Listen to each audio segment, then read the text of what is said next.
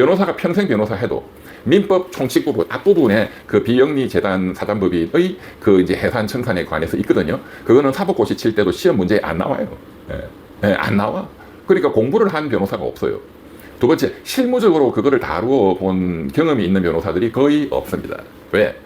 그런 종교단체를 우리 대한민국 정부가 또는 서울시가 너 해산해 막 이렇게 소송 붙고 이런 사례가 없었거든요. 종교단체는 웬만하면 손을 잘 안 대죠. 뭐 세금도 안 내고 해도 교회 뭐 불교 다. 왜? 이 종교의 자유를 잘못 건드리면 이거 진짜 엄청난 반발이 있을 수 있기 때문에 좀 특별 대접을 하죠. 또 종교인들이 숫자가 워낙 많기 때문에 또 잘못되면 선거에서 그냥 박살나는 수가 있거든요. 그래서 이제 눈치를 보죠. 어느 나라나 이거는 똑같습니다. 또 우리 대법원 판례도 일반적인 뭐 어떤 단체 또는 비영리 재단법인과 달리 그런 종교 단체는 헌법상의 종교의 자유를 보호한다는 관점에서 굉장히 보호의 그 정도가 강하다. 그래서 종교단체를 해산한다든가 하는 그런 그 공권력의 행사는 극히나 제한적으로, 극히나 보충적으로 도저히 없애버리는 것 말고는 도저히 답이 없네. 그런 경우에 한해서만 허용될 수 있다라는 것이 대법원 판례입니다. 그래서 우리가 알다시피 신천지라는 그 종교단체가 있지 않습니까? 그 우리 코로나 때 뭐 방역도 위반하고 그 신천지, 그때 이거 안 돼 해서 또 한판 붙자 했던 경기도지사가 지금 이재명 대통령이죠. 그러니까 이제 그 신천지 사건에서 그 최종적으로 대법원까지 가서 신천지가 이겼어. 신천지라는 종교단체를 해산으로 하는 정부의 공권력은 위헌위법이다. 신천지가 이겼어요. 그러니까 좀 쉽게 이게 덤빌 문제가 아닙니다. 대통령까지 지시를 2번씩이나 해가지고 만약에 통일교를 해산, 재산을 확 다 뺏어버린다. 재산이 워낙 많다고 하니까 그 잘못 건드렸다가 패소했다 이러면 완전 망신 개망신이죠. 자, 그러면 절차가 어떻게 되느냐? 민법에 그 사례를 들어서 보면 그 우리 국민들 지금 박근혜 최순실 게이트 2017년도였죠. 그때 미르재단, K스포츠재단이라는 거 다 기억하실 겁니다. 대기업들한테 돈을 막 한 800억이 넘는 돈을 출연을 받았죠. 그게 처음에는 다 뇌물이었다 했다가 뭐 이제 상당 부분은 또 뇌물이 아니다.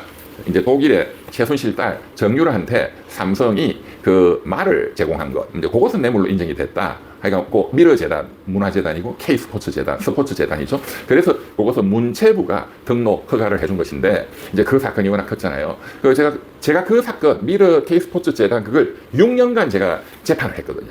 그러니까 대한민국에서 내만큼 비영리 그런 재단법인의 그런 해산 등에 대해서 잘 아는 사람이 없다고 제가 자신 있게 말할 수 있습니다. 결론은 이제 그 미르재단이 2018년도에 굉장히 신속하게 왜냐하면 소송을 거기서 포기를 해버렸거든. K스포츠는 끝까지 소송을 했기 때문에 한 6, 7년 걸렸고 어쨌든 간에 이제 미르재단은 이제 바로 그러니까 절차가 이렇습니다.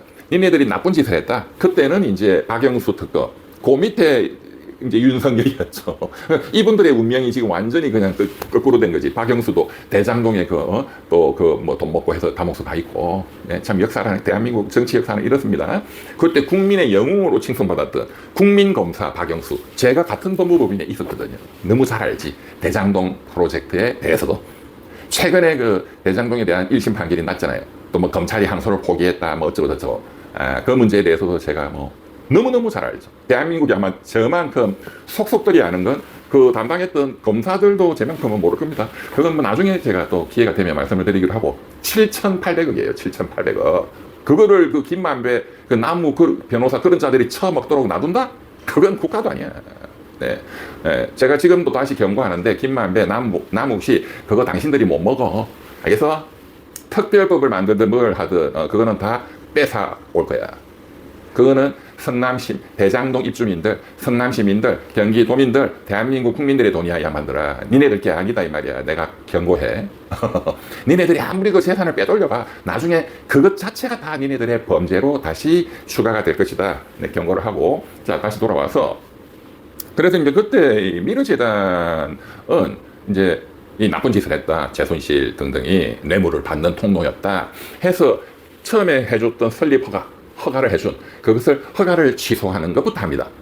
그게 민법에 있어요. 민법에 어떤 경우에 그 비영리 재단법인을 없애버릴 수 있느냐? 우선 설립 허가를 취소할 수 있다. 어떤 경우에 처음에 허가 조건이 위반된다. 또는 그 재단법인이 어떤 그 법인의 목적을 이미 다 달성했다. 그 다음에 이제 굉장히 중요한 어떤 공익의 위해, 공익상에 굉장히 위해를 가한다. 이제 이런 경우에 설립 허가를 취소할 수 있다. 그래서 이제 설립 허가 취소 처분이 이제 발령이 되고, 그 다음에 그 법인에 대한 해산 절차가 있고, 사단법인은 해산 절차가 조금 까다롭습니다. 그거는 사람들이 모인 거니까 사원총회를 개최하고 뭐 등등등등 있는데, 재단법인은 그냥 재산이 모인 거기 때문에 해산 절차가 그렇게 까다롭지는 않고요. 신속하게 이제 됐죠. 그 다음에 이제 제일 중요한 거는 그 돈. 그때 미르재단의 그 단존 재산이 462억이었어요. 462억. 이제 그 돈을 어떻게 할 거냐? 이제 정관을 일단 봐라. 정관에 유사한 어떤 그런 공익적인 재단에 기속시킨다 하면 또 그렇게 할 수 있는데, 이제 그런 정관이 없고, 그리고 뭐 쥐하고 비슷한 다른 거 만들어 가지고 그게 돈 빼돌리고 하면 안 되잖아요. 그래서 이제 그걸 최종적으로는 국고로 기속한다, 이렇게 민법에 되어 있습니다. 그래서 미르재단의 462억 원은 국고로 기속이 되었다. 미르재단은 이제 해산 사라졌다. 그 미르재단의 그것도 재단 법인이니까 법인 등기부등본에 보면 다 이제 말소가 돼 있죠. 자, 그런 절차에 따라서 지금 통일교도 비영리 재단법인이기 때문에 그런 절차가 진행이 될 것이다. 그런데 미르재단하고 비교를 해보시면, 그때 미르재단은 대기업들이 막 몇백억을 내고 뭐 한 40개의 대기업들이, 그리고 대통령 박근혜와 또 안정범 경제수석 등등 어떤 내고를 했다. 지네들 기업의 특혜를 받으려고 무슨 롯데그룹은 면세점 뭐 이런 특혜 그래 등등, 삼성은 또 뭐 이재용이가 어떤 권력 승계, 회장직 승계 뭐 이런 등등의 특혜, 그 대가성이 있다, 뇌물이다, 뭐 이제 굉장히 이제 심각한 거죠. 그렇게 되면. 근데 나중에는 그 뇌물죄가 다 무죄가 나지만, 그 나중에 또 제가 말씀드릴게요. 이제 복잡하기 때문에. 그래서 굉장히 그런 심각한 범죄가 통일교 수사 결과 나오느냐. 이제 그게 이제 앞으로, 그 이제 여야를 막론하고, 아마도 이제 당시 집권당에 돈을 많이 뿌렸겠죠. 당시 집권당 중요한 의원들한테 돈을 많이 뿌렸다. 이제 이런 게 앞으로 얼마나 나올 것이냐. 이제 그 결과에 따라서 이거는 굉장히 심각한 범죄 집단이구나. 이렇게 되면은 이제 통일교, 서울시에 등록되어 있는 통일교 그 재단법인에 대한 설립허가 취소 처분, 서울시가 해야 됩니다. 100% 소송 들어옵니다. 통일교는 아마도 엄청난 소송 비용을 써서 엄청나게 유능한 변호사들을 고용해서 아마 소송을 할 겁니다. 이 재판은 끝나는데 보통 한 5, 6년 걸리거든요. 제가 해봐서 잘 알죠. 그러니까 대법원까지 가겠죠. 네, 그 통일교의 운명이 달린 거니까. 사람으로 하면 사형 선고하고 마찬가지거든요. 그리고 이제 해산, 그리고 그 돈에 대한 국고 기소. 이제 저는 아직 잘 모르겠습니다. 그 이제 대한민국에 등록되어 있는 통일교 재단법인의 소유로 되어 있는 뭐 부동산이라든가 등등 은행 예금이라든가 이게 금액이 얼마나 되는지, 지금 뭐 천정궁이라 해서 한학자씨의 금고에 뭐 280억 내지 300억 원의 현찰이 항상 있었다. 뭐 그걸 포함해서 현찰은 이제 현찰을 점유하고 있는 자의 소유이기 때문에 그 뭐 한학자 총재 통일교 소유다. 뭐 여타 뭐 부동산 이런 게 엄청 많다라고 하니까. 그런데 제가 뭐 대충 뭐 그 제 개인적인 어떤 추론으로는 통일교는 또 수많은 그 주식 회사가 있잖아요. 사업하는. 뭐 일화라든가 세계일보라든가 뭐 엄청 많잖아요. 이제 아마도 또 많은 그 재산은 그야말로 주식회사의 어떤 소유로 또 법률적으로 또 돼 있는 부분도 많이 있을 거다, 이렇게 봅니다. 왜냐하면 이런 걸 다 사전에 준비를 많이 했을 거거든. 재작년에 일본에서 일본 통일교가 해산 청산되는 것도 당해봤고 하니까 제가 이런 추론을 해봅니다. 그럼 앞으로 이제 수사 및 언론의 취재에 따라서 이렇게 드러나게 되겠죠. 자, 이런 절차를 거친다. 통일교의 설립허가 취소, 해산, 그리고 그 엄청난 재산의 국고 몰수, 이제 이렇게 간다. 그러나 이것은 굉장히 긴, 최소한 5년, 6년 이상의 행정소송, 대법원까지 가서 그 행정소송에 의해서 결론이 나는 문제다. 빨리 속 시원하게 되는 게 아니다. 이거죠. 네. 그것은 미르재단, K스포츠재단의 사례를 제가 다 알기 때문에 K스포츠재단이 소송을 끝까지 했고 7년 걸렸습니다. 7년. 네.